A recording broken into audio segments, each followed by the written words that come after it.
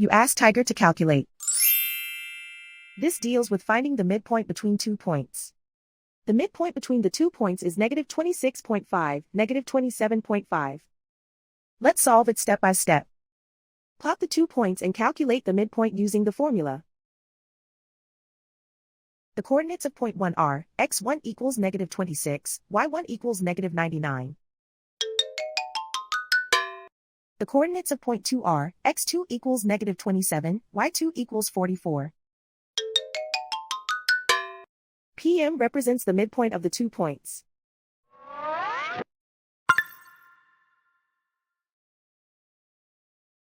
Use the x values in the midpoint formula to find the midpoints x. x1 equals -26. x2 equals -27. Simplify the arithmetic.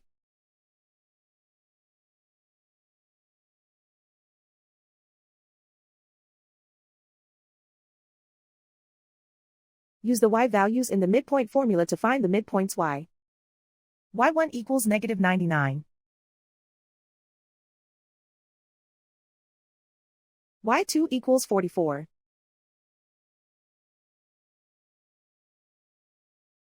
Simplify the arithmetic.